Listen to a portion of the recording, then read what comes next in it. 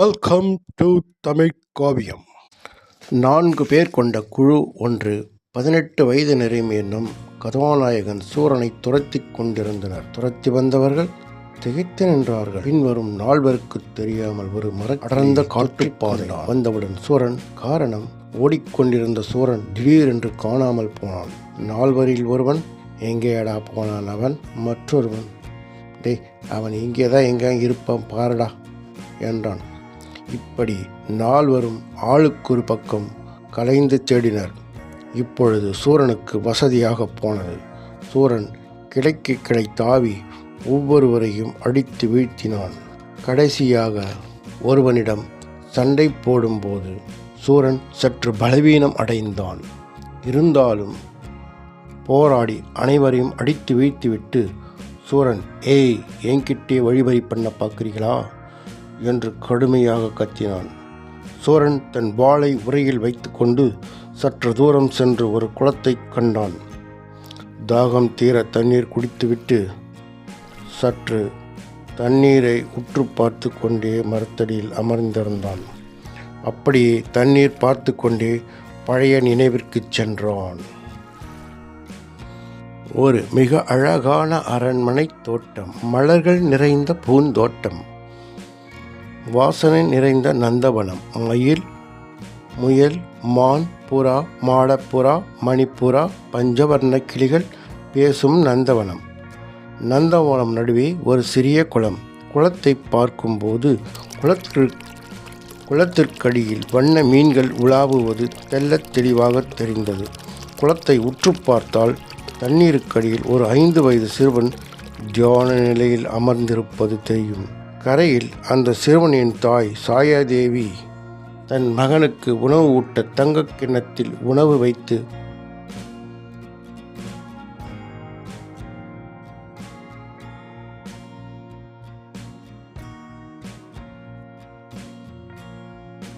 காத்து கொண்டிருந்தாள். சிறிது நேரம் கழித்து தண்ணீருக்கு அடியிலிருந்து சிறுவனாகிய சூரன் மேலே வந்தான். தாய் சாயாதேவி தன் மகனுக்கு கன்னத்தில் முத்தமி ஓடி வந்தார். தலையை துணி சாயாதேவிட்டாள். பின் ஓடி வந்த மன்னரை சோற்றை என்னவாயிருக்கும் போதே என்று வினவினார். தந்தை சிம்மசூரன் மிகுந்த பதற்றத்துடன் நந்தவனம் மன்னர் சிம்மசூரர் சாயாதேவியை பார்த்து, சாயாதேவி, நான் பேசி முடிக்கும் வரை எதுவும் பேசாமல் கவனமாக கேள், நேரமில்லை என்றார். பின்னர் நம் எதிரி நாடுகள் அசுர நாடுகளும் இருள் நாடுகளும் சேர்ந்து மிகப்பெரிய படை கொண்டு நம் நாட்டை முற்றிலுமாக அழிக்க முடிவெடுத்து விட்டனர். அதனால் நம் குலவாரிசு சூரனை முதலில் பாதுகாக்க வேண்டும். நம் தளபதிகள் கஜேந்திரன், வீரேந்திரன் மற்றும் மந்திரி பீஷ்மர் இவர்கள் உன்னை நம் மகன் சூரனையும் பாதுகாப்பாக மதுராபுரி கோட்டைக்கு அழைத்துச் செல்வார்கள். மேற்கொண்டு நீ எதுவும் பேசாமல் பாதுகாப்பாக செல். நான் நல்ல நிலையில் இருந்தால் வருவேன், இல்லை என்றால் என் மகன் சூரனுக்கு 18 வயது பூர்த்தி அடைந்த போது இந்த பெட்டியை அவனிடம் கொடு என்று சொல்லிவிட்டு ஒரு சிறிய பெட்டியை, உள்ளங்கை அடக்கம் கொண்ட பெட்டி, சாயாதேவியிடம் கொடுத்தார். இந்த பெட்டியை சூரனுக்கு 18 வயது பூர்த்தி அடைந்த பின்னர் திறந்து பார்க்க வேண்டும் என்று சொல்லிவிட்டு சாயாதேவியின் பதிலை கூட எதிர்பார்க்காமல் அங்கிருந்து சென்று விட்டார் மன்னர் சிம்மசூரர். சாயாதேவி தன் கணவன் சிம்மசூரன் சென்றதை கண்ணீர் மல்க திகைப்பில் நின்று கொண்டு பார்த்து கொண்டிருந்தார். பின்னர் கஜேந்திரன், வீரேந்திரன் மற்றும் சாயாதேவி தன் குழந்தையை தூக்கி கொண்டு மந்திரி பீஷ்மருடன் தொடர்ந்தார். நந்தவனம் ஓரத்தில் தண்ணீர் கொட்டும் சிலைக்கு அருகில் சென்றார். பீஷ்மர் சிலையின் காதருகில் ஏதோ சொல்லி கையை திருகினார். சிலை நீர் கொட்டுவது நின்றது. சிலை காதருகில் பீஷ்மர் ஏதோ சில மந்திரம் ஓதினார். சிலை திடீரென்று மறைந்து ஒரு பறக்கும் ரதமாக மாறியது. பீஷ்மர் அனைவரையும் பார்த்து, ரதத்தில் விரைவாக ஏறி அமருங்கள் என்றார். அனைவரும் ரதத்தில் ஏறி அமர்ந்தவுடன் ரதம் நொடிப்பொழுதில் மறைந்தது. ரதத்தில் ஏறி அனைவரும் ரதத்தை உற்று பார்த்தனர். ரதம் வெளியிலிருந்து பார்க்கும்பொழுது சாதாரண ரதமாக தெரிந்தது. உள்ளே நுழைந்தவன் ஒரு பிரம்மாண்ட அரண்மனை போல் எல்லா வசதிகளும் தங்கக்கூடிய தனித்தனி அறைகள் கொண்ட ஒரு பெரிய அரண்மனை போல தெரிந்தது. எல்லோரும் இதைக் கண்டு ஆச்சரியப்பட்டு பார்த்து கொண்டு ரசித்தனர். பீஷ்மர் மட்டும் ஆச்சரியப்படவில்லை. மற்ற அனைவருக்கும் இது ஆச்சரியமாக இருந்தது. பின்னர் அனைவரும் அவரவர் தனித்தனி அறைக்கு சென்று ஓய்வெடுத்தனர். 40 நாட்கள் கடந்து மதுராபுரி கோட்டை எல்லைப் பகுதியை ஒரு சமதளத்தில் இறங்கியது. பீஷ்மருடன் அனைவரையும் சற்று தூரம் தள்ளி நிற்போம் வாருங்கள் என்று கூறினார்.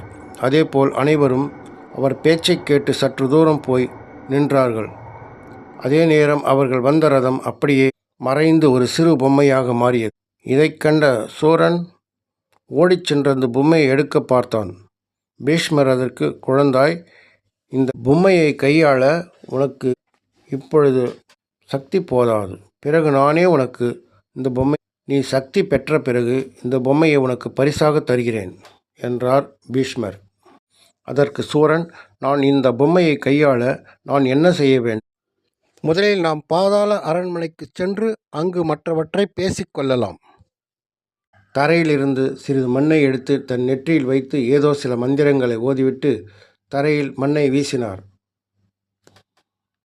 மண் தரையில் பட்டவுடன் ஒரு பாதை தெரிய வந்தது. ஒரு சிறிய பாதை. அதன் வழியாக அனைவரும் உள்ளே செல்ல செல்ல பாதை விரிவடைந்து பெரிதாக மாறியது. பின்னர் மேலே மண்திட்டுகள் மறைந்து மூடிக்கொண்டது. ஒரு ரதம் இறங்கிய தடமே தெரியாமல் பாலைவனமாக மாறியது மேல்தளம். ஒரு ரதம் இறங்கிய தடமே தெரியாமல் மேல்தளம் மாறியது. இவர்கள் அனைவரையும் பாதாள அரண்மனை அடியில் பாதையில் செல்ல செல்ல பாதை விரிவடைந்து ஒரு பிரம்மாண்டமான அரண்மனை தோட்டங்கள் எல்லாம் தெரிந்தது. சுற்றுமுற்றும் பார்த்தாள். மக்கள் அங்கே ஆங்காங்கே நடமாடுவது போல தெரிந்தது.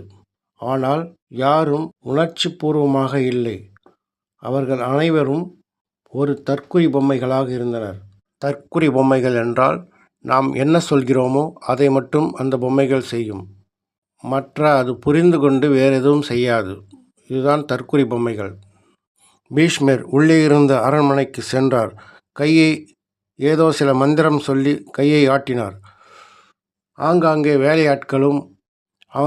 வேலையாட்கள் பணிப்பெண்கள் உலாவுவது போல அரண்மனை சுத்தமாக தெரிய ஆரம்பித்தது. அரண்மனை சுற்றிலும் தோட்டம். மறுபக்கம் பார்த்தால் ஒரு பெரிய காடு, ஒரு பெரிய நகரம். அதை தொடர்ந்து பார்த்தால் காடு, மலைகள், ஒரு நாடே உள்ளே உள்ளது. மிக பிரம்மாண்டமாக பெரிய நாடு உள்ளது போல இருந்தது. உள்ளே இருந்து பார்க்கும்போது இது ஒரு பாதாள அரண்மனை போல தெரியவில்லை. ஏதோ வேறு நாட்டிற்குள் நாம் அனைவரும் இருப்பது போல தெரிந்தது உள்ளே இருந்து பார்ப்பதற்கு. இதையெல்லாம் பார்த்த சூரன் வியந்து போனான். தாய் சாயாதேவியிடம், அம்மா, இதெல்லாம் என்ன வித்தியாசமாக இருக்கிறது என்று கேட்டான். இவையெல்லாம் நமக்காக படைக்கப்பட்டவை. பீஷ்மர் அனைவரையும் பார்த்து, இந்த பாதாள அரண்மனை ஒரு நாடு போன்றது. இந்த பாதாள அரண்மனை கிண்கிணி அரசால் மன்னர் சிம்மசூரருக்கு பரிசாக வழங்கப்பட்டது. கிண்கிணி அரசு ஒரு பெரிய பிரம்மாண்டமான உலகம். இந்த உலகத்தோட நட்பு நாடாக உள்ளது நம் நாடு. கிண்கிணி அரசரும் சிம்மசூரரும் மிகவும் நெருங்கி பழகிய நண்பர்கள். பீஷ்மர் சாயாதேவியிடம், நீங்கள் ஓய்வெடுங்கள், நான் சூரனை அழைத்துச் செல்கிறேன் பயிற்சி அளிப்பதற்காக என்று கூறிவிட்டு சூரனை தன் கையுடன் அழைத்துச் சென்றார் பீஷ்மர். சூரா, பயிற்சி துவங்கலாமா என்று சூரனை பார்த்து கேட்டார். என்ன பயிற்சி குருவே, சொல்லுங்கள், செய்யலாம் என்றான். சரி, அதோ தெரிகிறது பார், ஒரு பாறை. அதன் மேல் ஏறி நில், ஒற்றை காலில் ஏறி நில். எவ்வளவு நேரம் ஒற்றை காலில் நிற்கிறாயோ அதை கொண்டு உன் மன வலிமையை நான் தெரிந்து கொள்வேன் என்றார். அப்படி ஒற்றை காலில் நீ நிற்கும் பொழுது ஒரு கால் வலியெடுத்தால் மற்றொரு காலை மாற்றி நின்று கொள். அந்த காலும் வலியெடுத்தால் மற்றொரு காலை மாற்றிக்கொள். இப்படி நீ மாற்றி மாற்றி நின்று கொண்டிருந்தாலும் ஒரே காலில் எவ்வளவு நேரம் நிற்கிறாயோ அதுதான் உனது மன வலிமை என்று சொன்னார் பீஷ்மர். சூரா, நான் உனக்கு கொடுக்கும் இது முதல் பயிற்சி. நீ எப்படி செய்கிறாய் என்று பார்க்கிறேன் என்றார் பீஷ்மர். சூரன் அதற்கு முந்திக்கொண்டு, குருவே, என் தந்தை மூச்சு பயிற்சி அளித்தார், என் தாய் நீருக்கடியில் தியான பயிற்சி அளித்தார், நீங்கள் 3வது பயிற்சி தான் சொல்கிறீர்கள் என்றான். பீஷ்மர் சற்று கடுமையான குரலில், சூரா, முதலில் நான் என்ன சொல்கிறேன் என்று முழுமையாக கேட்க வேண்டும். இடையிடையே கேள்வி கேட்டால் ஒரு முழுமையான புரிதல் ஏற்படும். எந்த ஒரு விஷயத்தையும் கற்க பொறுமை வேண்டும். அதை கேட்ட பிறகு இடையிடையே சந்தேகம் உள்ளதா என்று நான் கேட்டால் மட்டும் நீ கேள்வி கேட்க வேண்டும். இல்லை என்றால் நீயாக புரிந்து கொள்ள வேண்டும். அப்போதுதான் உனது கற்றல் திறன் அதிகரிக்கும் என்றார் பீஷ்மர். சூரன், அப்படியே ஆகட்டும் குருவே என்றான். அதோ வெயிலில் அந்த பாறை தெரிகிறதே, அதன் மேல் ஏறி நில், பார்க்கலாம் நீ எவ்வளவு நேரம் அதன் மீது நிற்கிறாய் என்று நான் பார்க்கிறேன் என்றார் பீஷ்மர். ஆகட்டும் குருவே என்று கூறிவிட்டு ஓடிச் சென்று பாறையில் கை வைத்து ஏற முற்படும்போது கை சுட்டது. கை சற்றே சிவந்து போனது. ஆனால் சூரன் கத்தவில்லை. முயற்சி செய்து பாறையின் மேல் ஏறி நின்றான். பீஷ்மர் தன் மனதிற்குள், இவன் ஒரு சிறு குழந்தை, பார்க்கலாம் 5 அல்லது 10 நிமிடங்கள் தாங்குவானா என்று மனதுக்குள் நினைத்து கொண்டிருந்தார். மதியம் 12 மணி ஆனது. பிறகு 1 மணி ஆனது. பீஷ்மர் சற்று கவனமாக பார்த்து கொண்டிருந்தார். 2 மணி ஆனது. இதை கண்ட பீஷ்மர், கஜேந்திரர், வீரேந்திரர் திகைத்து போனார். என்ன ஒரு மன வலிமை! வியந்து போனார்கள். இவன் எதிர்காலத்தில் வெல்ல முடியாதவனாக மாற இது ஒரு சிறந்த முன் உதாரணம். சூரனும் அதேபோல் முதலில் மாற்றி மாற்றி நின்றான். பின்னர் ஒவ்வொரு காலாக நிற்கும் போது நேரத்தை அதிகரித்தான். கால் எரிச்சல் தாழ முடியாத போல் இருந்தாலும், கத்த வேண்டும் போல் இருந்தாலும், ஆனால் கத்தவில்லை. சூரன் மன உறுதியால் கால் எரிச்சலையும் பொறுத்து கொண்டு, கால் எரிச்சல் ஏற்பட்டால் நாம் என்ன இறந்தா போவோம், அப்படியே ஆகாது என்று நினைத்து தொடர்ந்து 12 மணி ஆனது, 1 மணி ஆனது, 2 மணி ஆனது. 3 மணி ஆகும் பொழுது வெயில் சற்றே தணிந்தது. எரிச்சலும் அவனுக்கு சற்று தணிந்தது. ஆனால் சோர்வு காரணமாக சூரனுக்கு தாகம் மற்றும் சோர்வு அதிகமாக ஆரம்பித்தது.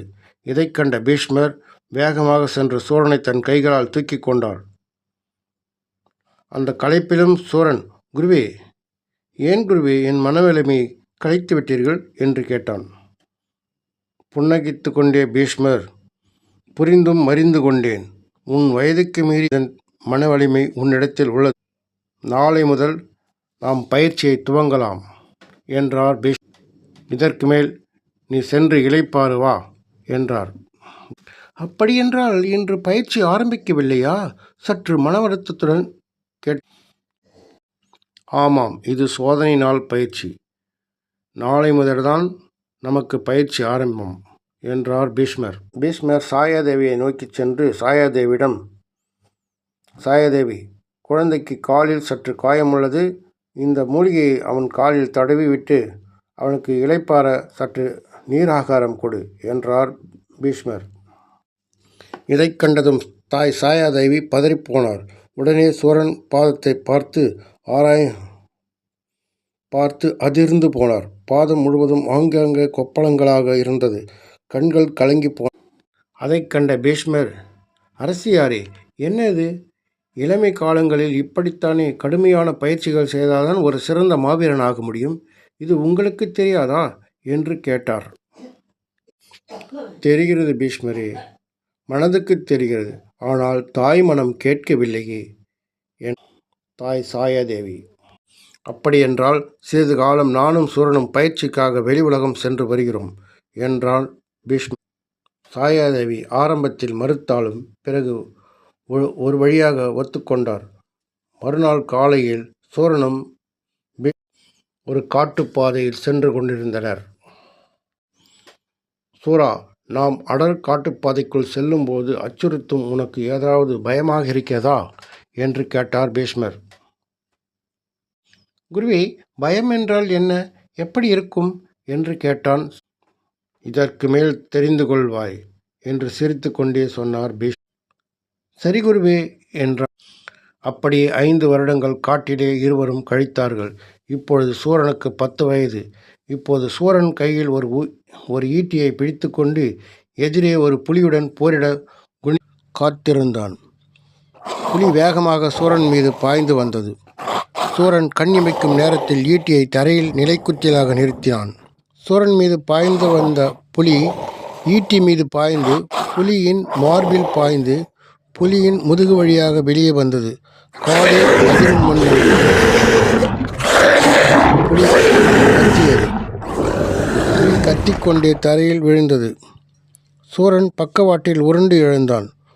புலி இறந்தவுடன் புலியின் வாயிலிருந்து ஒரு ஆன்மீக கல் வெளியே வந்து விழுந்தது. சூரன் அந்த கல்லை பார்த்து உற்று பார்த்து ஒன்றும் புரியவில்லை. புலி உயிர் பிரியும் நிலையில் அதன் வாயிலிருந்து ஒரு சிறிய ஆன்மீக கல் வெளியே வந்து விழுந்தது. சூரன் அந்த ஆன்மீக கல்லை எடுத்து கையில் கொண்டு பார்த்தான். புலியின் ஆன்மீக கல்லை பார்த்த பீஷ்மர், பரவாயில்லையே, மான், முயல், பன்றி இவைகளை வேட்டையாடிய நீ இப்பொழுது புலியை வேட்டையாடும் அளவுக்கு முன்னேறி இருக்கிறாய். இந்த புலியின் முதலாம் நிலை ஆன்மீக கல். இந்த முதல்நிலை ஆன்மீக கல்லை முதலில் நீ செம்மைப்படுத்து. அதன் பிறகு அதற்கேற்றாற்போல் நான் சொல்கிறேன் உனக்கு என்றார் பீஷ்மர். சூரனும் அந்த ஆன்மீக கல்லை தன் கையில் எடுத்துக்கொண்டு கால்களை மடக்கி உட்கார்ந்து புலியின் ஆன்மீக கல்லை செம்மைப்படுத்தத் தொடங்கினான். நேரம் செல்ல செல்ல அந்த ஆன்மீக கல் சூரனுக்கு செம்மைப்பட்டது. செம்மையானதும் அவன் உடல் சிலிர்த்தது. உடல் வலியும் சிறிது ஏற்பட்டது. இருந்தாலும் அது நன்றாக இருந்தது அவனுக்கு. இதனை பார்த்த பீஷ்மர், சூரா, முதல்நிலை அடைந்து விட்டாய். இதற்கு மேல்தான் நீ பாதுகாப்பாக இருக்க வேண்டும், ஜாக்கிரதையாகவும் இருக்க வேண்டும். காரணம், உன் எதிரே இருப்பவர் நிலையை ஆராயலாம், அதுபோல மிருகங்கள் நிலையும் ஆராயலாம். இரண்டாம் நிலை மிருகங்கள் மனிதர்கள் கண்டால் தாக்குவார்கள். தன்னை விட கீழ்நிலை கொண்டவர்கள் தாக்குவார்கள். தன்னை விட மேல்நிலை உள்ளவர்கள் சண்டை போட பயந்து ஒளிந்து விடுவார்கள். பயம் என்றால் என்னவென்று இப்போது தெரிய வாய்ப்பு உனக்கு இருக்கிறது என்றார் பீஷ்மர். அதுவும் பார்த்து கொள்ளலாம் குருவே என்றான் சூரன். சரி, இப்போது நாம் உன் தாயை சந்திக்க செல்லலாம். வா, நீண்ட நாட்கள் ஆகிவிட்டது உன் தாயை சந்தித்து என்று கூறினார் பீஷ்மர். சூரனுக்கு மிகவும் மகிழ்ச்சியாக போனது. தன் தாயை சந்திக்கும் மகிழ்ச்சியில் மிகுந்த ஆரவாரத்துடன் சரி குருவே என்றான். சில தினங்கள் கழித்து சாயாதேவியின் அரண்மனைக்கு மதுராபுரி கோட்டையை வந்து அடைந்தனர். சாயாதேவி மகனை கண்டது. மகனே, நன்றாக உள்ளாயா என்று கேட்டாள். அவனும் நன்றாக உள்ளேன் அம்மா, நீங்கள் எப்படி அம்மா இருக்கிறீர்கள் என்று கேட்டான். சாயாதேவி தன் மகனை ஆறத் தழுவிக்கொண்டு பின்னர் மகனுக்கு உணவு ஊட்ட கிண்ணத்தில் உணவு எடுத்துக்கொண்டு வந்து ஊட்ட வந்தார். இதை கண்ட சூரன், அம்மா, நான் ஒன்றும் சிறிய குழந்தை அல்ல. எனக்குண்டான வேலையை நானே தான் செய்ய வேண்டும். அது மட்டுமல்ல, நமக்கு தேவையான வேலைகளையும் நாம் தான் செய்து கொள்ள வேண்டும் என்று குரு சொல்லியிருக்கிறார் என்றான். அதுவும் அல்லாமல் சகிப்புத்தன்மையும் பொறுமையும் நமக்கு கிடைக்கும் என்றார். பால அரண்மனையின் ஒரு சிறிய குறிப்பு. இந்த அரண்மனையானது பீஷ்மர் மற்றும் சூரசிம்மர் இருவரும் மட்டுமே திறக்க முடியும். கோட்டையில் உள்ள மக்கள் அனைவரும் சாதாரண மக்கள் அல்ல. இவர்கள் அனைவரும் தற்குறி பொம்மைகள். நாம் இடும் கட்டளைகளை ஏற்று அதற்கேற்றாற்போல் சேவகம் செய்யும் பொம்மைகள் மற்றும் போர் திறமையும் மற்றும் போர் புரியும் திறமையும் கொண்டவை. எதிரிகளிடமிருந்து நாட்டை பாதுகாக்கவே மன்னர் இது மாதிரியான ஏற்பாடு செய்யப்பட்டு உள்ளார். மதுராபுரி அரண்மனை மன்னர் சிம்மசோரருக்கு கிண்கிணி அரசால் பரிசாக வழங்கப்பட்டது. பல முக்கிய போர் பயிற்சி தளங்களும் பல முக்கிய பொக்கிஷங்களும் இந்த அரண்மனையில் உள்ளது மற்றும் பல மர்ம தலங்கள் உள்ளே இருக்கிறது. இதனுள் ஒரு கோழையும் வீரனாக மாற வாய்ப்பு நிறைய உள்ளன. இதனுள் இருக்கும் சில முக்கிய பயிற்சி தலங்கள் தியான நீர்நிலை, யோகமடம், அக்னி தீர்த்தக்குளம், மாய வலை கூடம், மாயமடம், மர்ம ஆன்மீக குகை. இப்போது நம் கதாநாயகன் இந்த பயிற்சி தலங்களை இன்னல்களையும் சவால்களையும் எதிர்கொள்ளப் போகிறான். பீஷ்மர் சூரனை பார்த்து, சூரா, இன்றிலிருந்து நம் அரண்மனை வளாகத்திலேயே உனக்கு பயிற்சி அளிக்கப்படும் என்று கூறிவிட்டு சூரனை தியான நீர்நிலைக்கு அழைத்துச் சென்றார். சூரா, இந்த தண்ணீருக்கு அடியில்தான் பயிற்சி செய்ய வேண்டும். ஒரு நீர்நிலை தடாகத்தை காட்டி பீஷ்மர் கூறினார். சூரன் அந்த தடாகத்தை பார்த்தவுடன் சாதாரணமாக தெரிந்தது. இதெல்லாம் எனக்கு சாதாரணம் குருவே என்று சொன்னான். சூரன், அப்படியா, சரி, நல்லது. முதலில் அந்த நீரை போய் தொட்டு பார்த்து விட்டு வா என்றார் பீஷ்மர். சூரன் உடனே தடாகத்தின் அருகில் சென்று நின்றான். சற்று குரு சொன்னதை யோசித்து பார்த்தான். நீரில் ஒரு விரலை விட்டு எடுத்தான். என்ன ஆச்சரியம்! குச்சி ஐஸ் போல விரைத்து நின்று கொண்டது அவன் விரல். சூரன் இதை கண்டதும் ஆச்சரியப்பட்டான். இந்த நீருக்கடியில் சென்று தியான நிலை பயிற்சி செய்ய வேண்டும் என்றார் பீஷ்மர். சூரன் மறுப்பு எதுவும் தெரிவிக்காமல், சரி, அப்படியே ஆகட்டும் குருவே, செய்கிறேன் குருவே என்றான். சூரன் தண்ணீரில் ஒரு காலை வைத்தான். கால் உறைந்தது. கட்டுப்படுத்தி கொண்டு ஒரு காலை தண்ணீரில் உறைந்த நிலையில் தியானம் செய்தான். நீர் உருகத் தொடங்கியது. அடுத்த மறுகாலை தண்ணீரில் வைத்தான். அந்த காலும் விரைத்தது. மறுபடியும் தியான நிலைக்கு சென்றான். இவ்வாறு ஒவ்வொரு காலாக வைத்து முன்னேறி கொண்டே இருந்தான். இவ்வாறாக சூரன் நீருக்கடியில் செல்வதற்கு சில மணி நேரம் ஆனது. 2 கால்களையும் மடக்கி வைத்து நீருக்கடியில் உட்கார்ந்தான். சூரன் உடல் முழுவதும் விரைத்தது. சூரன் சிறிதும் கலங்கவில்லை. தன் மனோதிடத்தால் தியான நிலையில் சில மணி நேரம் பனிக்கட்டியாகவே இருந்தான். இப்போது இந்த நீர் முற்றிலும் நீராக மாறியது. சூரன் தொடர்ந்து தியான நிலையில் இருக்கும்போது மீன்கள் மற்றும் நண்டுகள் அவனை கடித்தன. சூரன் எதற்கும் மசியவில்லை. ஒரு வழியாக சூரன் தியானத்தில் திருப்தி அடைந்தான். சூரன் அதன் பிறகு நீருக்கு மேலே வந்து நின்றான். பீஷ்மர் சூரனை பார்த்து, நீரிலிருந்து என்ன கொண்டு வந்தாய் என்று கேட்டார். எதுவும் கொண்டு வரவில்லை குருவே என்றான் சூரன். நீ மறுபடியும் நீருக்கடியில் சென்று வா. இந்த முறை ஏதாவது கொண்டு வா.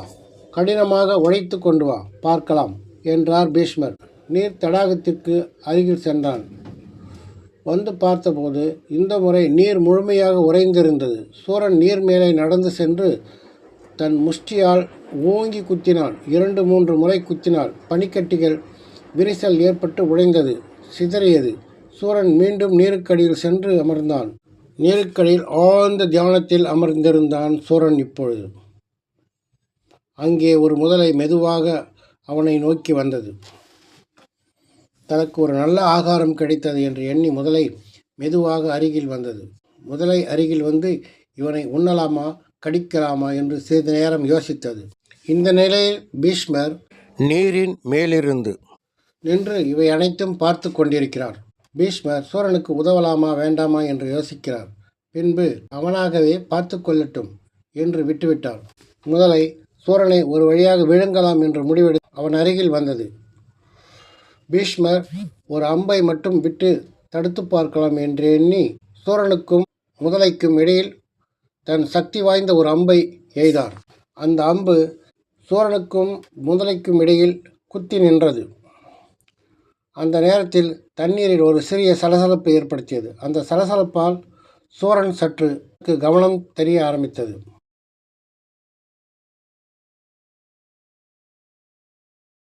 சூரனை முதலை இழுத்துச் செல்ல அருகில் வந்தது. சூரனுக்கு உள்ளுணர்வு தன் அருகில் ஏதோ வருவதை உணர்ந்தான். சூரன் சுதாரிப்பதற்குள் முதலை பிடித்து இழுத்துச் செல்லும்போது சூரன் கையில் ஒரு அம்பு தட்டுப்பட்டது. கண்ணிமைக்கும் நேரத்தில் அம்பால் முதலையின் கண்ணை குத்தினான். கண்ணை குத்திய வேகத்தில் அதன் முதுகில் மீது ஏறி அமர்ந்தான். முதலையும் அவனுடன் சேர்ந்து போராடி இருவரும் உருண்டு பிறண்டனர். சூரன் முதலையின் பின்புறம் தழுவிக்கொண்டு அதனுடன் போராடி முதலையும் சூரனும் மேலே வந்தனர். முதலையின் உடலானது செதில் அடுக்குகளால் உலோகங்கள் ஒட்டி வைத்தாற் போல அடுக்கடுக்காக கடுமையான செதில்களாக இருந்தன. சூரன் கடுமையான போராட்டத்திற்கு பிறகு முதலையின் மற்றொரு கண்ணையும் குத்தினான். இந்த முறை மிகுந்த ஆக்ரோஷத்துடன் உருண்டு பிறண்ட கரையை வந்து அடைந்தது முதலை. சூரனை கரையின் ஓரமாக தூக்கி வீசப்பட்டது. சூரன் கஷ்டப்பட்டு எழுந்து நின்றான். அவன் கை கால்கள் எல்லாம் இரத்தம் வடிந்தன, காயங்களாக இருந்தன. அந்த நேரத்தில் பீஷ்மரும் அங்கே வந்து சேர்ந்தார். பீஷ்மர் சூரனை பார்த்து, கவனமாக கேள். முதலையின் உயிர்நிலை எங்கிருக்கிறது என்பதை தெரிந்து கொண்டு அதை அறிந்து அதன் பிறகு அதை தாக்கு. ஏனென்றால் இது ஒரு மந்திர மிருகம். இந்த மிருகத்தை கொன்றால் அதனுடைய தனித்திறமை வாய்ந்தது ஏதாவது உனக்கு கிடைக்கும். அதற்காக நீதான் போராட வேண்டும் என்றார் பீஷ்மர். நல்ல வேளையாக அதன் 2 கண்களையும் காயப்படுத்தி விட்டதால் முதலைக்கு இலக்கு தெரியாமல் தாக்கும். ஆனால் நீ பரவாயில்லை, இலக்கை கொண்டு தாக்கலாம் அல்லவா என்று பீஷ்மர் கூறினார். சூரன் தரையில் இருந்த தன் வாளை கொண்டு முதலையுடன் போரிடச் சென்றான். முதலையும் தன் கண்களை தெரியாவிட்டாலும் தன் ஆன்ம உணர்வால் சூரன் வருவது அறிந்து வாளால் அவனை ஓங்கி அடித்தது. சூரனும் அவனுடைய வாள் கொண்டு தடுத்தான். ஆனால் பலம் போதவில்லை. முதலை கொடுத்த அடியால் தூரமாக சென்று விழுந்தான் சூரன். முதலை இப்போது கவனமாக தன் ஆன்ம உணர்வால் சூரன் எங்காவது இருக்கிறானா என்று ஆராய்ந்தது. அருகில் வந்ததும் சூரனுக்கு அருகிலும் சென்றது. இப்போது சூரன் சற்று யோசிக்க ஆரம்பித்தான். முதலை கண் தெரியாவிட்டாலும் எப்படி நம்மை நோக்கி வருகிறது என்று யோசிக்க ஆரம்பித்தான். தானும் கண்களை மூடிய யோக நிலைக்கு சென்றான். அப்போது சூரனுக்கு அருகில் நீண்ட கரிய நிழல், அதன் முன்பகுதி மையத்தில் ஒரு ஒளி ஒன்று மின்னுவது கண்டான். மற்றொரு கையில் இருந்த அம்பை கொண்டு முதலை அருகில் வரும் வரை காத்திருந்து கண் இமைக்கும் நேரத்தில் முதலையின் உச்சந்தலையின் மத்தியில் குத்தினான். முதலையின் தலையில் நன்கு ஆழமாக இறங்கியது. முதலை பயங்கரமாக கத்திக்கொண்டே உருண்டு பிறண்டு உயிர் விட்டது. முதலை உயிர் பிரியும் நிலையில் அதன் வாயிலிருந்து ஒரு நெல்லிக்காய் அளவு கருஞ்சிவப்பு நிறத்தில் மந்திரக்கல் வந்து கீழே விழுந்தது. அந்த மந்திரக்கல்லும் கீழே விழுந்தவுடன் நீரை நோக்கி உருண்டு சென்று கொண்டிருந்தது. பீஷ்மர் இதை பார்த்தவுடன், சூரா, உடனே ஓடிச் சென்று அந்த கல்லை பிடி என்றார். சூரனும் மின்னல் வேகத்தில் ஓடிச் சென்று கல் நீரில் விழுவதற்குள் கையில் பிடித்தான். மந்திரக்கல் கையில் பிடித்தவுடன் சூரன் கை சுட்டது. இருந்தாலும் கல்லை விடவில்லை. பின்னர் கல் கீழே தண்ணீரில் விழுந்துவிடும் என்று எண்ணிய சூரன் 2 கைகளால் அழுத்தி பிடித்தான். கல் வெப்பம் தணிந்தது.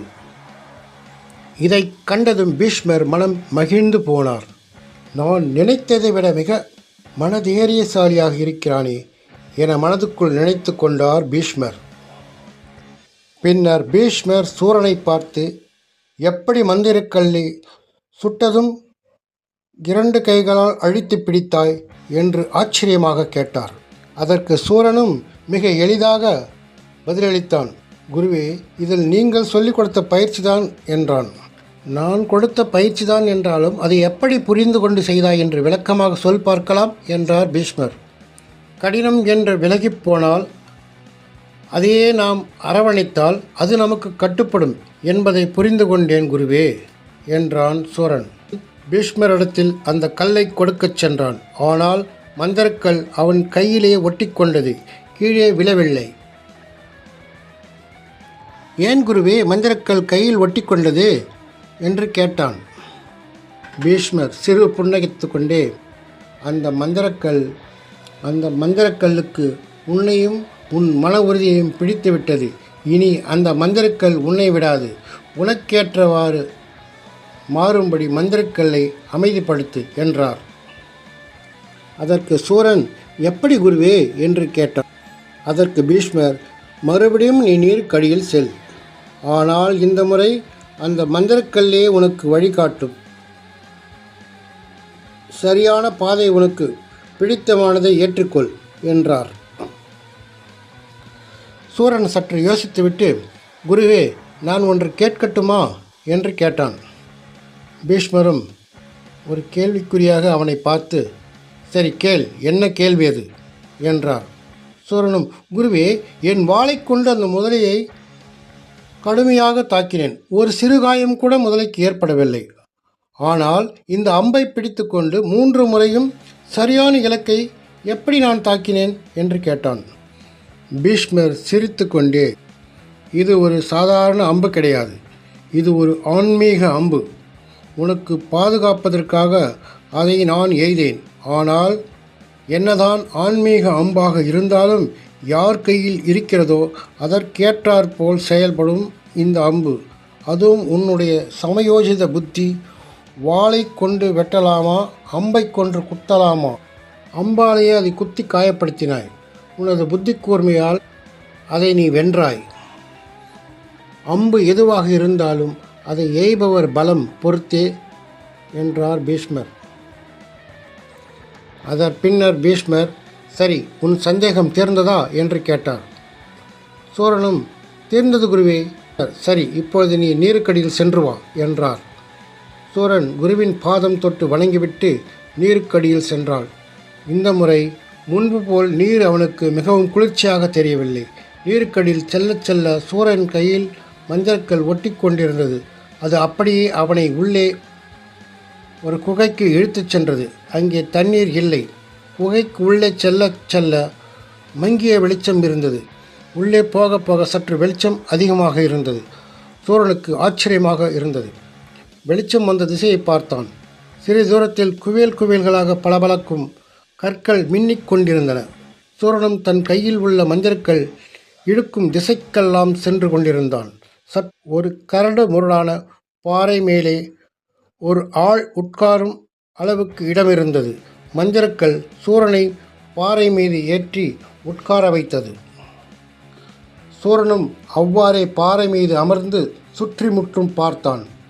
ஆங்காங்கே குவியல் குவியல்களாக மின்னும் பளபளப்புக்கும் கற்கள் இருந்தன. மின்னும் பளபளப்பு கற்கள் வெளிச்சமாக இருந்தது. எதுவும் புரியவில்லை அவனுக்கு.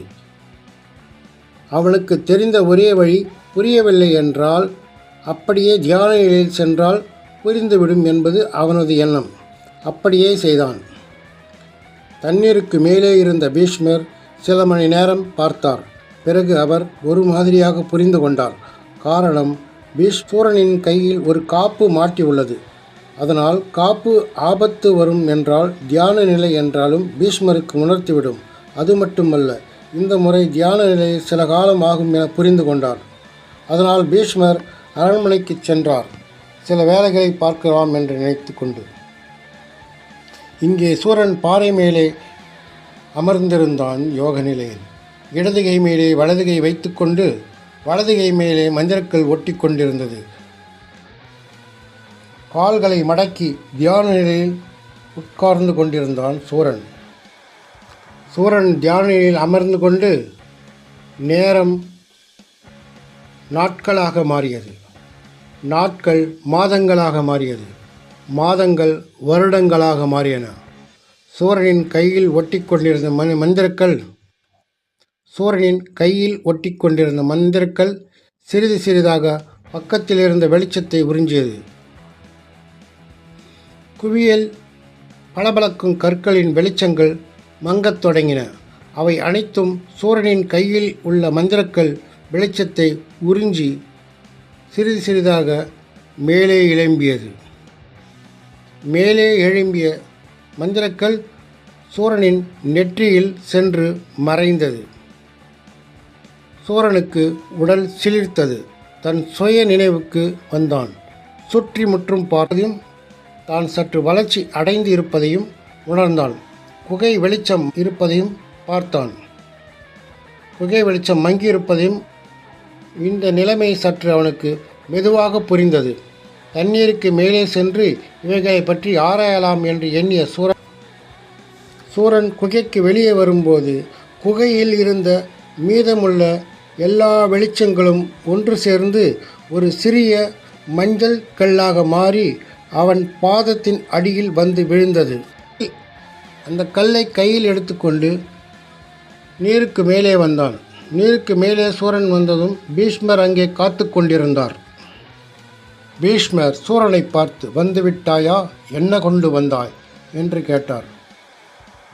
சூரன், குருவே, கையில் ஒட்டி கொண்டிருந்த மஞ்சள்கள் நெற்றியில் சென்று மறைந்துவிட்டு குகையிலிருந்து நான் வெளிவரும்போது இந்த சிறிய மஞ்சள் கல் ஒன்று கிடைத்தது என்று கல்லை காட்டி கல்லை பீஷ்மரிடம் கொடுத்தான். பீஷ்மர் அந்த கல்லையும் சூரனையும் மாறி மாறி பார்த்தார். நீ தியான நிலையில் வெற்றி பெற்று விட்டாய் சூரா. அதற்கு அடையாளம்தான் இந்த மஞ்சள்கள். அடுத்த யோகமடம் பயிற்சிக்கு செல்வதற்கு இந்த மஞ்சள்கள் திறவுகோலாக செயல்படும். அது மட்டுமல்ல, முதலையின் மந்திரக்கல் உன் உடல் பெற்றதால் போரின் போது உன் உயிருக்கு ஆபத்து ஏற்படும் போது இந்த முதலையின் எஃகு கவசம் உன் உடலை பாதுகாக்க வரும். அதுவும் நீ நினைத்தாலும் நினைக்காவிட்டாலும் தானாக வந்து உன் உடலை அது பாதுகாக்கும். அப்படிப்பட்ட பொக்கிஷம் உனக்கு கிடைத்திருக்கிறது. இந்த கவசமானது எந்த அம்பும் எந்த ஈட்டியும் துளைக்காது. இப்போது இந்த கவசம் சற்று பலவீனமாக உள்ளது. உனது பலம் பெருக இந்த கவசத்தின் பலமும் பெருகும். அதுவும் இந்த கவசத்தை கொண்டு மேலும் பலம் பெற உனக்கு சில யோசனைகளை கூறுகிறேன். ஆனால் அதற்கு சில காலமாகும். இப்பொழுது சூரனுக்கு வயது 15.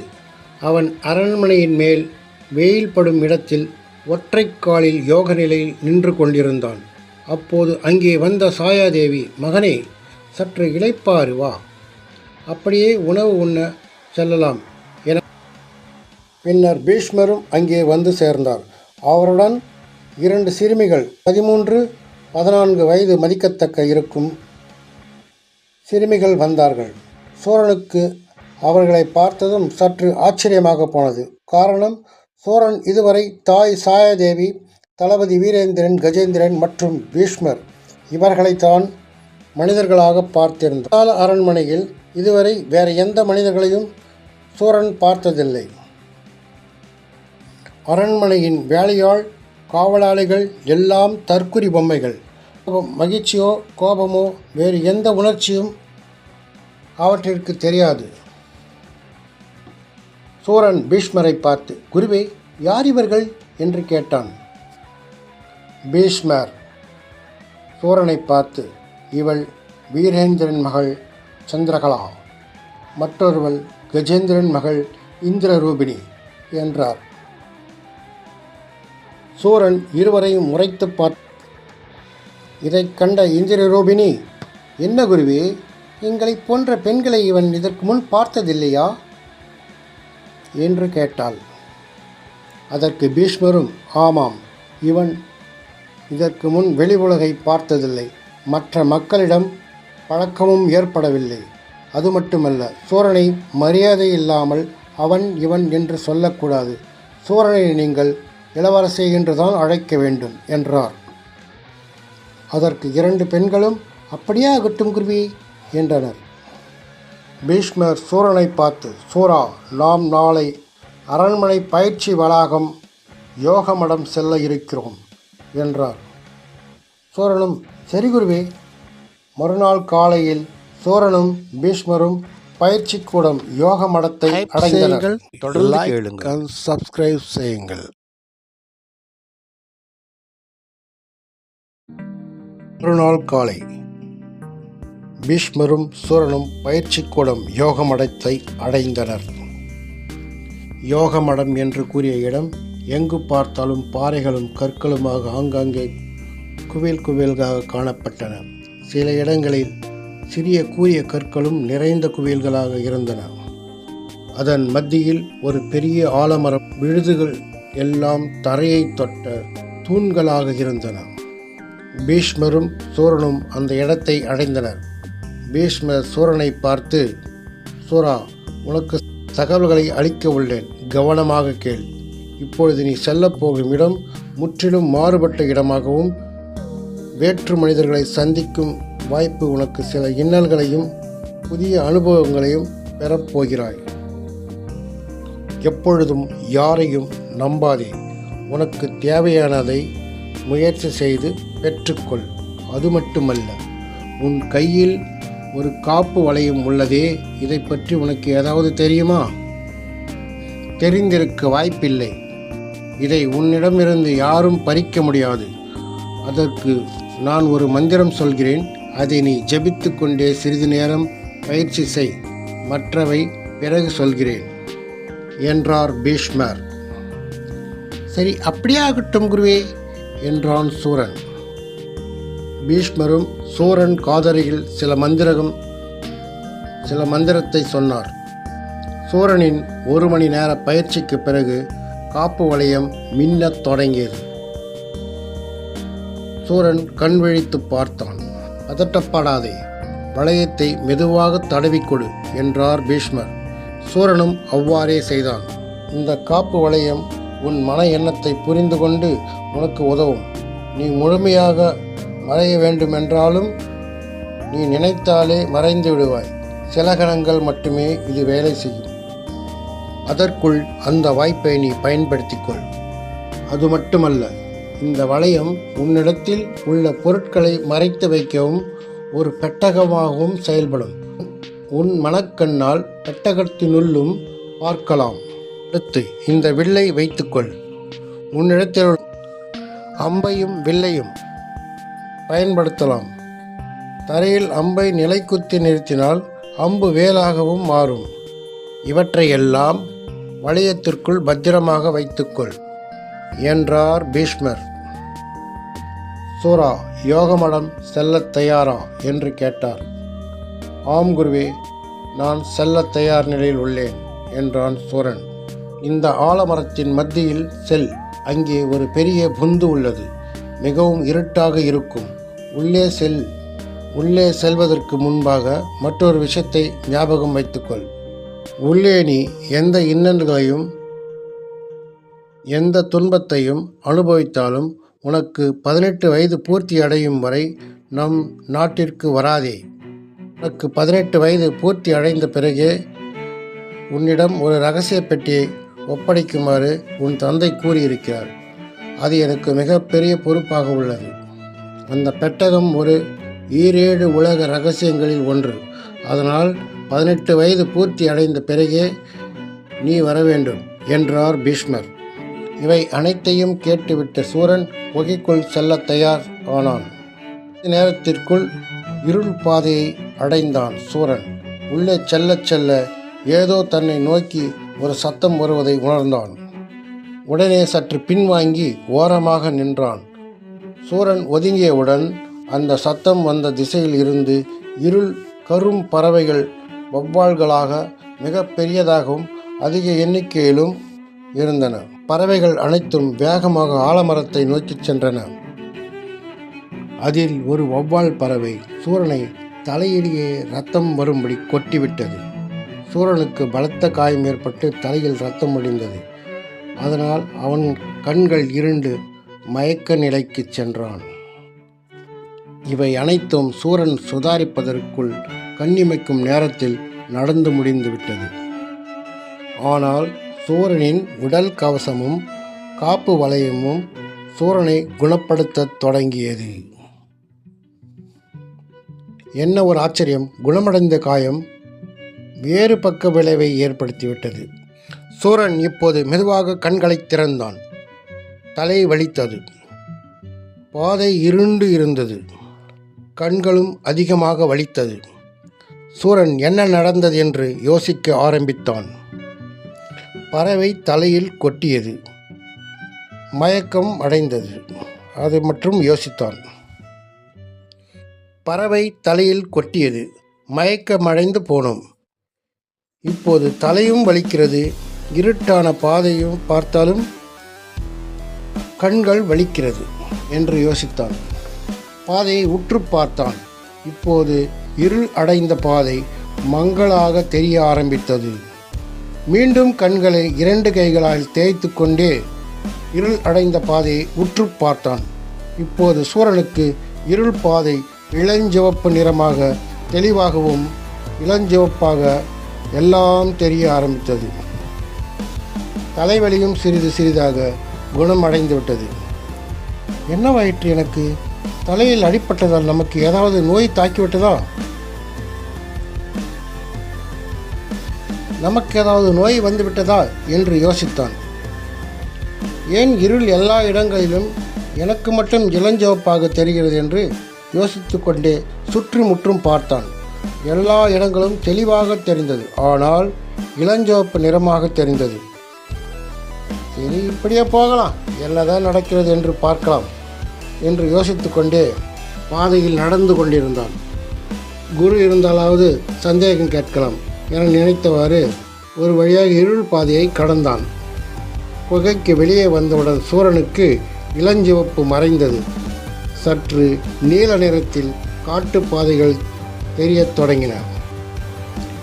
இதைக் கண்ட சூரன் ஒரு வழியாக புரிந்து கொண்டான். இருள் என்றால் இளஞ்சிவப்பு நிறத்தில் தெரிகிறது, இப்போது விண்மீன்கள் நிலா வெளிச்சத்தில் நீல நிறத்தில் தெரிகிறது என நினைத்தான். இப்போது காட்டுப்பாதையில் முட்களும் மரக்கிளைகளும் இடையிடையே இடையூறு செய்தன. ஆங்காங்கே காட்டுச் சத்தம், சிறு விலங்குகளின் உருமல்களும் நரிகளின் சத்தமும் கேட்டது. சூரன் உடனே தன் வளையத்திலிருந்து அம்பை எடுத்து தரையில் ஊன்றி நிலைக்குத்திலாக நிறுத்தி ஈட்டியாக மாற்றிக்கொண்டான். அப்படியே ஈட்டியாக மாற்றி கையில் எடுத்துக்கொண்டு சென்றான். ஏனென்றால் குகையில் தற்செயலாக ஏற்பட்டது போல திரும்பவும் ஏதாவது விபரீதம் நடக்கும் என்று எண்ணி சற்று சுதாரிப்புடன் ஈட்டியை கையில் பிடித்து கொண்டு நடந்தான். வழியில் எந்த மிருகமும் அவன் அருகில் வரவில்லை. மறுநாள் பொழுது விடிந்தது.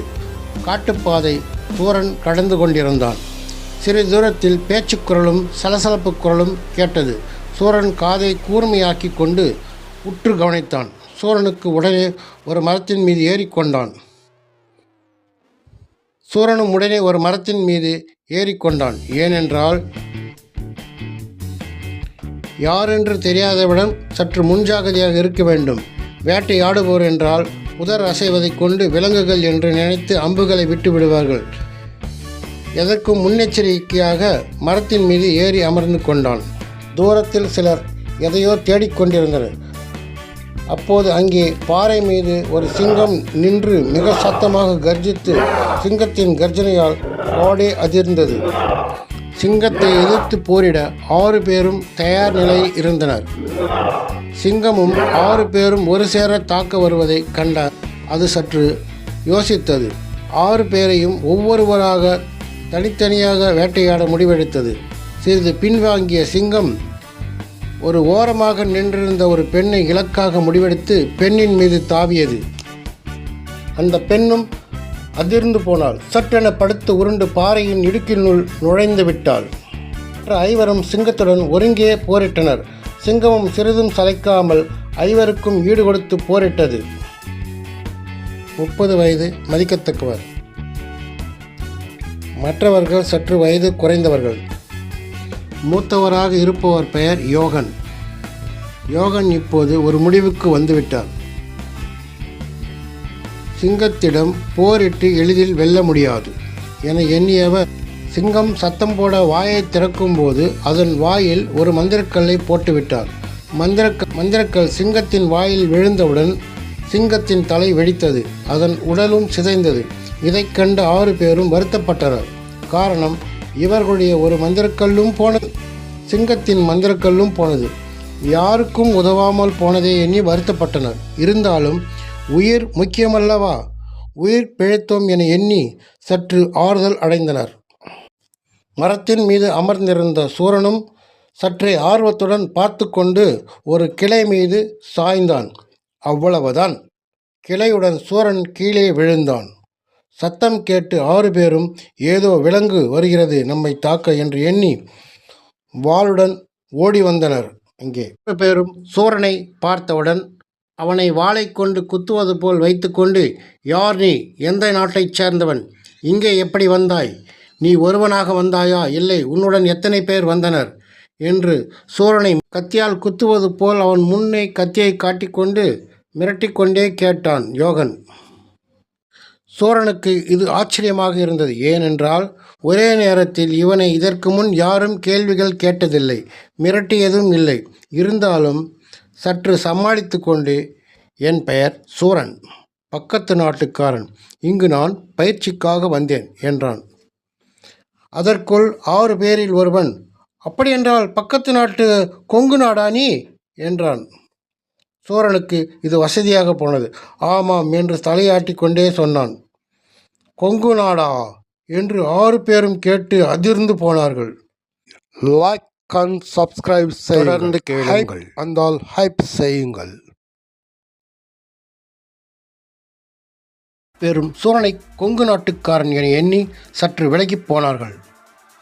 சூரன் 6 பேரும் தன்னை விட்டு விலகிப் போவதைக் கண்டு, என்னவாயிற்று நண்பர்களே என்றான். மூத்தவனான யோகன் சூரனை பார்த்து, இதோ பார் சூரா, உங்கள் நாட்டு பேரைச் சொன்னதும் நாங்கள் விலகிப் போகிறோம். ஏனென்றால் உங்கள் நாடே அமானுஷங்கள் நிறைந்த நாடு. உங்கள் நாட்டில் உள்ளவர்கள் அனைவரும் முதலில் யார் என்று பார்க்க மாட்டார்கள். எதிரிலுள்ளவரை கொல்லத்தான் எண்ணுவார்கள். ஆனால் எனக்கு ஒரு சந்தேகம். உண்மையை சொல், நீ கொங்கு நாடா? இருந்திருந்தால் இந்த நேரத்தில் சண்டை போட்டிருப்பாயே என்று கேட்டான் யோகன். நான் எங்கு சொன்னேன்? பக்கத்து நாடு என்று தான் சொன்னேன் என்றான் சூரன் சற்று நிறுத்தி நிதானமாக. அதற்கு பிற நாடு என்றால் எந்த நாடு சொன்னாய் நீ என்று கேட்டான். சூரன் அதற்குள் கேட்டவனையே பார்த்து, நீ எந்த நாடு என்று கேட்டான். நான் சீவல நாடு என்றான் அந்த கேட்டவன் மற்றொருவன். அதற்குள் யோகன் அனைவரையும் பார்த்து, அவனை பேச விடுங்கள், அமைதியாக இருங்கள், சற்று சூரனுக்கு பேச வாய்ப்பு கொடுங்கள் என்றான் யோகன். அப்போது அங்கே சற்று அமைதி நிலவியது. சூரன் கேள்வி கேட்டதற்கு அது மற்றொருவன், நான் சீவல நாடு என்றான். நீங்கள் அனைவரும் கொங்கு நாடு என்று நினைத்துதான் நான் அமைதியாக இருந்தேன். நீங்களாக கேட்டு நீங்களாக பதில் சொன்னால் எப்படி என்று சூரன் ஒரு வழியாக சமாளித்தான். யோகன் சற்று தெளிவடைந்தனாக சூரனுக்கு அருகில் வந்து, ஓ அப்படியா, எங்கள் சீவல நாட்டுக்காரனா? நல்லதாய் போனது போப்பா. இந்நேரம் கொங்கு நாட்டுக்காரனாக இருந்தால் எப்படியும் ஒரு பெரிய சண்டையே நடந்திருக்கும் தெரியுமா என்று யோகன் மனம் சாந்தமடைந்தவாறு கேட்டான். யோகன் சற்று யோசித்துவிட்டு சூரனை பார்த்து, நீ ஒருவனாக எப்படி இந்த காட்டில் வேட்டையாட வந்தாய்? அதனால் நீயும் எங்கள் அணியில் சேர்ந்து கொள், அது உனக்கு பாதுகாப்பாக இருக்கும் என்றான் யோகன். முன்பாகவே நாட்டு மக்களுடன் பழக வாய்ப்புக்காக காத்திருந்தான். சற்று யோசிப்பதை போல இருந்துவிட்டு சரி அப்படியே ஆகட்டும் என்றான் சூரன். யோகன் இப்போது 6 பேரையும் சூரனுக்கு அறிமுகப்படுத்தி வைத்தான். நான் யோகன், இவன் மகிழன், இவன் அகிலன், அவன் சஞ்சய், அவள் நர்மதா, அவள் நேசிகா. எங்கள் அணியில் சேர வேண்டுமென்றால் நல்ல தைரியமும் துணிச்சலும் போர்க்குணமும் வேண்டும் என்றாள் நேசிகா. அதற்கு சஞ்சய், ஆமாம், அவளைப் போல் சிங்கத்தை பார்த்ததும் உருண்டு பிறண்டு பாறை இடுக்கில் ஒளிந்து கொண்டாயே, அதுபோலவா? இதை கேட்டதும் அனைவரும் சிரித்து விட்டனர். ஆனால் நேசிகாவிற்கு அவமானமாக போய்விட்டது. அதற்கு சூரன் சிரிக்கவில்லை. நேசிகா செய்தது சரிதான். எல்லா நேரத்திலும் பலத்தை பயன்படுத்த முடியாது, எல்லா நேரத்திலும் புத்திசாலித்தனத்தை பயன்படுத்த முடியாது. நேரம் சமயம் ஏற்றாற்போல் நடந்து கொள்பவரே சிறந்த வீரராவார் என்றான் சூரன். இதை கேட்ட அனைவரும் சூரனை மெச்சுதலாக பார்த்தனர். நேசிகா ஒரு படி மேலே போய் அவனை மிகவும் மெச்சுதலாக ஒரு மாதிரியாக பார்த்தாள். இப்போது யோகன் சூரனை பார்த்து, சூரா, உனக்கு என்னென்ன வித்தைகள் தெரியும் என்று கேட்டான். எனக்கு அவ்வளவாக எதுவும் தெரியாது. கொஞ்சம் வாள் சண்டை, கொஞ்சம் மல்யுத்தம், கொஞ்சம் வில்யுத்தம், மேலும் அதே போல கொஞ்சம் தெரியும் என்றான் சூரன். எப்படி எல்லாவற்றிலும் கொஞ்சம் கொஞ்சமாக தெரியுமே என்று கேட்டாள் நேசிகா. அதற்கு சூரன், யாராவது சண்டை போட்டால் வித்தைகள் பயிற்சி செய்தால் சற்று உற்று பார்த்துவிட்டு அதே போல் பயிற்சி செய்வேன். அதுபோல அந்த கலையும் கற்கும்படி ஆகும் என்றான் சூரன். அதுவரை அமைதியாக நின்றிருந்த மகிழன் சூரனை பார்த்து, நாம் இருவரும் ஒரு பயிற்சி சண்டை வைத்துக்கொள்வோமா என்று கேட்டான். மன்னிக்கவும், நான் இதுவரை பயிற்சி சண்டை யாரிடமும் போட்டதில்லை. அதனால் ஒரு எதிரி உருவாக வாய்ப்பு நான் தரவில்லை என்றான் சூரன். அப்படி என்றால் உன் பலம் குறைவாக உள்ளதா? மகிழனை விட பலம் குறைவானவனா நீ என்று கேட்டாள் நேசிகா. அதனால் என்ன, அப்படியே இருக்கட்டும், நான் பலம் குறைந்தவனாக தெரிந்தால் என்ன என்றான் சூரன். அதற்கு மகிழன், அப்படியென்றால் சண்டை போட மாட்டாய் என்று கேட்டான். அப்படி இல்லை, எனக்கு ஆபத்தும் வரும் நிலையில் எதிரியிடம் மட்டும் சண்டை போடுவேன் என்றான் சூரன். அவர்கள் பேசுவதைக் கண்ட பேச்சில் இடைமறித்தான் யோகன். மகிழா, பேச்சை வளர்க்காதே. சூரன் தான் சண்டை போட மாட்டேன் என்று சொல்கிறானே, போக போக தெரிந்துவிடும். இப்போது நாம் அந்த சிங்கம் இறந்த இடத்திற்கு செல்வோம், வாருங்கள் என்றான் யோகன். சூரன் மற்றும் யோகன் குழுவில் அறுவரும் சிங்கம் இறந்து கிடந்த இடத்திற்கு செல்ல முடிவெடுத்தனர். சிங்கம் இறந்து கிடந்த இடத்திற்கு அருகில் செல்ல செல்ல அந்த திசையிலிருந்து உருமல் சத்தம் விட்டு வந்து கொண்டே இருந்தது. யோகன், இது சிங்கத்தோட உருமல் சத்தம் தான், ஆனால் சிங்கம் இறந்ததை சிதறியதை அனைவரும் பார்த்தோம். அதனால் இது சிங்கத்தோட உருமலாக இருக்க வாய்ப்பு இல்லை. வேறு சிங்கம் ஏதாவது அதன் அருகில் வந்திருக்கலாம், வாய்ப்பு இருக்கிறது என்று சொன்னான் யோகன். ஆண் சிங்கம் இறந்து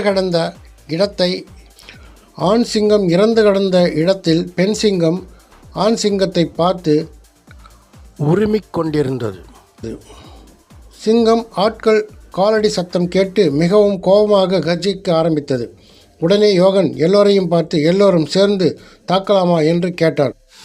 சரி, அப்படியே ஆகட்டும் என்றான். சூரன் அவர்கள் அனைவரையும் பார்த்து, சிங்கம் தன் துணையை இழந்து சோகத்தில் மிகவும் கோபமாக இருக்கிறது, மிகவும் ஆக்ரோஷமாக தாக்கலாம், அதனால் இப்போது பேச நேரமில்லை என்று சூரன் கூறிவிட்டு ஒரு மரத்தின் மீது ஏறிக்கொண்டான். சூரன் இவ்வாறு ஓடி ஒளிந்து கொண்டதை அனைவரும் பார்த்து கோபப்பட்டனர். பின்னர் சிந்திக்க நேரமில்லை, பெண் சிங்கத்தை எதிர்த்து போரிட தயாரானார்கள்.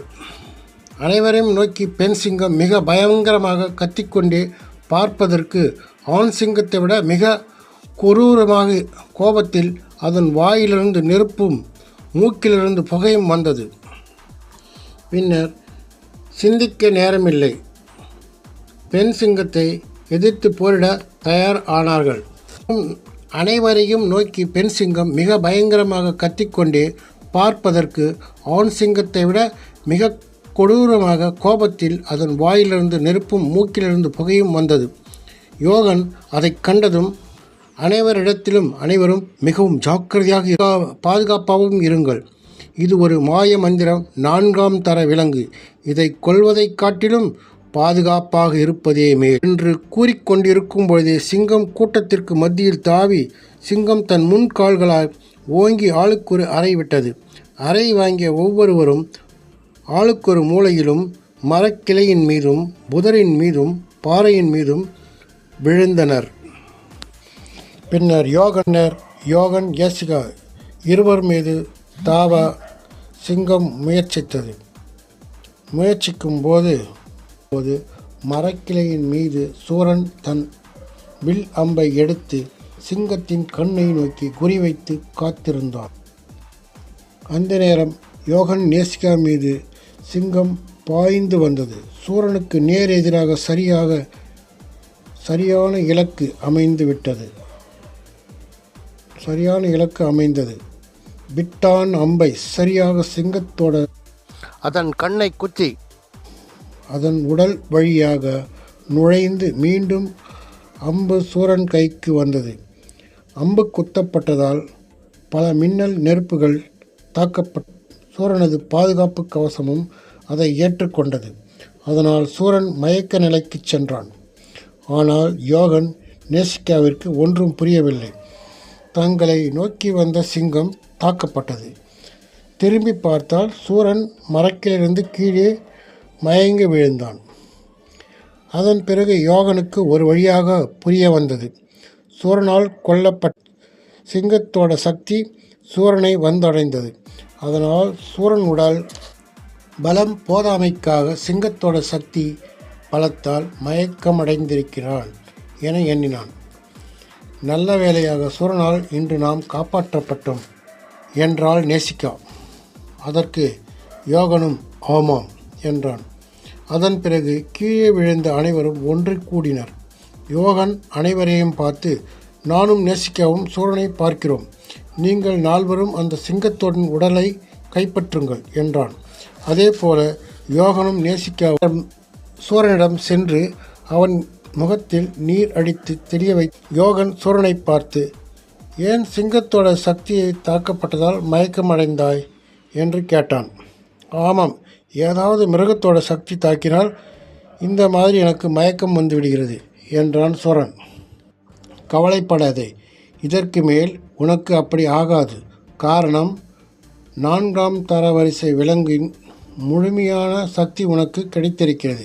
சிங்கத்தோட இறைச்சியை நீ சாப்பிட்டால் உனக்கு முழுமையான உடல் வலிமையும் கிடைக்கும் என்றான் யோகன். அப்படியா என்று கேட்டான் சூரன். பிறகு சூரன், யோகன் மற்றும் நேசிகா மூவரும் இறந்து கிடந்த சிங்கத்தோட இடத்தை அடைந்தனர். ஏற்கனவே முன்னே சென்ற நால்வரும் சிங்கம் எப்படி இறந்தது என்று ஆராய்ந்து புரியாமல் நின்று கொண்டிருந்தனர். யோகன் அனைவரையும் பார்த்து, என்ன ஆராய்ச்சி என்று கேட்டான். சஞ்சய் யோகனை பார்த்து, சிங்கத்தோட கண்ணில் மட்டும் காயம் ஏற்பட்டுள்ளது. கண்ணில் காயம் ஏற்பட்டவன் எப்படி இருக்கும் என்று கேட்டான். தாக்கிய அம்பு மிகவும் சக்தி வாய்ந்ததாக இருக்கும், அதனால்தான் ஒரே அடியில் வீழ்த்தப்பட்டிருக்கிறது. சரி, அது போகட்டும். சிங்கத்தோடன் கரியை சிறிது சமயங்கள், அதை சாப்பிட்டுவிட்டு நம் உடல் பலத்தை பெருக்கிக் கொள்வோம் என்றான் யோகன். அதற்கு சஞ்சய், நான் சிங்கத்தோட பல்லையும் அதன் நகத்தையும் சேகரிக்கிறேன். மகிழன், அகிலன் கொஞ்சம் இறைச்சியை சமைப்பதற்கு எடுத்து வைத்துவிட்டு மீத இறைச்சியை பத்திரப்படுத்த தொடங்கினர். நர்மதாவும் நேசிகாவும் இறைச்சியை சமைக்க ஆரம்பித்தனர். உடனே யோகன் ஒரு மந்திரப்பொடியை எடுத்து சமைக்கும் இடத்தை சுற்றி போட்டான். அதற்கு சூரன், ஏன் இந்த பொடியை போடுகிறீர்கள் என்று கேட்டான். மந்திரப்பொடி போட்டால்தான் சமைக்கும் வாசம் வெளியே போகாது. வெளிமிருகங்கள் இந்த வாசத்தை கண்டாலே நம்மை எல்லாம் கொன்றுவிடும். இந்த இறைச்சியை உண்பதற்கு எத்தனை விலங்குகள் இந்த இறைச்சியை உண்பதற்காக எத்தனை விலங்குகளை வேண்டுமானால் ஒன்றுக்கொன்று கொள்ளும். அதனால் நாம் ஜாக்கிரதையாக இருப்பதே நல்லது என்றான் யோகன். சிறிது நேரத்தில் இறைச்சி வேக வேக இறைச்சியின் வாசம் அவர்களின் மூக்கை தொலைத்தது. நேசிகா சூரனை பார்த்து, என்ன சூரா, வாசம் எப்படி இருக்கிறது? அது மட்டுமல்ல, எங்கள் வீட்டு மசாலா பொடியையும் சேர்த்து உள்ளேன் என்றாள் நேசிகா. வாசம் மிக நன்றாக உள்ளது என்றான் சூரன். இவ்வாறாக வேக வைத்த இறைச்சியை அனைவரும் உண்டு மகிழ்ந்தனர். அதன் பிறகு யோகன் சூரனை பார்த்து, ஆமாம் சூரா, அந்த அம்பு எப்படி உனக்கு கிடைத்தது? மிக சக்தி வாய்ந்த அம்பாக இருக்கிறதே. நான் இதுவரையில் இதுபோல் அம்பை பார்த்ததில்லை, ஆனால் கேள்விப்பட்டிருக்கிறேன். மிக சக்தி வாய்ந்த மனிதர்களிடம் மட்டும் இது மாதிரி பொருட்கள் எல்லாம் இருக்கும் என்றான் யோகன். சூரன் சிறிது யோசித்துவிட்டு, என்னுடைய நலம் விரும்பி ஒருவர் எனக்கு ஆபத்து ஏற்படும் போது பயன்படுத்தச் சொன்னார். ஆனால் நீ எங்களுக்கல்லவா அந்த அம்பை பயன்படுத்தினாய் என்று கேட்டாள் நேசிகா. அதற்கு சூரன் மெதுவாக நேசிகாவை உற்று பார்த்தான். சூரனது பார்வை நேசிகாவின் மீது பட்டதால் நேசிகா அழகிய முகம் சற்றே நாணத்தால் சிவந்து போனது. இதை கண்ட பக்கத்திலிருந்த நர்மதா நேசிகாவிடம், நேசிகா, சற்றே நிதானத்திற்கு வா, நீ யார் என்று உணர்ந்து நட என்றாள். அதற்கு நேசிகா நர்மதாவிடம், சரிதான், எனக்கு தெரியும், போடி என்றாள். அப்படி நேசிகா கூறிக்கொண்டே சூரனை பார்த்தாள். ஆனால் சூரன் அவளை கவனிக்கவில்லை. யோகனிடம் ஏதோ பேசிக்கொண்டிருந்தான். அந்த நிலையில் வேக வைத்த இறைச்சியை சூரனிடம் கொஞ்சம் யோகனிடம் கொஞ்சம் கொடுத்து உண்ணச் சொன்னாள். எப்படி இருக்கிறது என்று பார்த்து சொல்லுங்கள் என்றாள். யோகன், நன்றாக உள்ளது என்றான். சூரன், மிக மிக நன்றாக உள்ளது என்று இறைச்சியை ருசித்து கொண்டே சொன்னான். தொடர்ந்து கேட்க சப்ஸ்கிரைப் செய்யுங்கள், லைக் செய்யுங்கள். லைக் செய்யும் ஒரு சிலருக்கு ஹைப் வந்தால் ஹைப் செய்யுங்கள்.